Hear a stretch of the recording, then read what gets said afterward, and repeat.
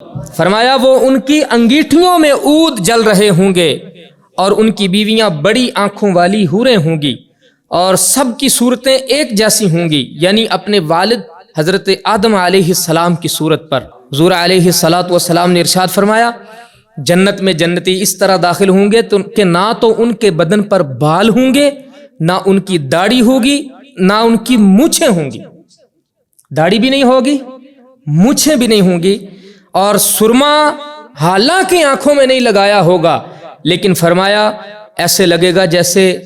یہ ابھی ابھی سرما ڈال کے آئے، مکحول آنکھیں۔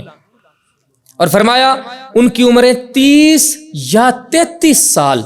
اس سے زیادہ نہیں ہوں گی۔ کڑیل جوان ہوتا ہے نا بندہ اس عمر کے اندر، اس سے زیادہ نہیں ہوں گی۔ اور پھر گرامی قدر احباب قیامت کے دن فرمایا کہ خواہ کچا بچہ بھی مرا ہو یا کوئی بوڑھا ہو کے مرا ہو،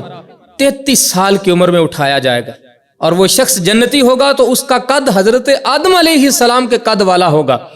اور اس کی شکل حضرت یوسف علیہ السلام کی شکل جیسی ہوگی،